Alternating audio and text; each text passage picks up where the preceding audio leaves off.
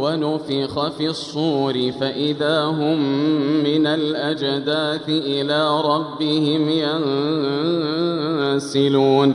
قالوا يا ويلنا من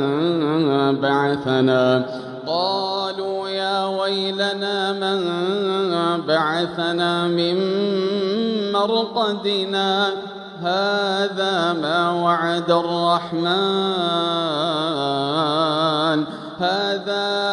وعد الرحمن وصدق المرسلون. إن كانت إلا صيحة واحدة فإذا هم جميع لدينا محضرون.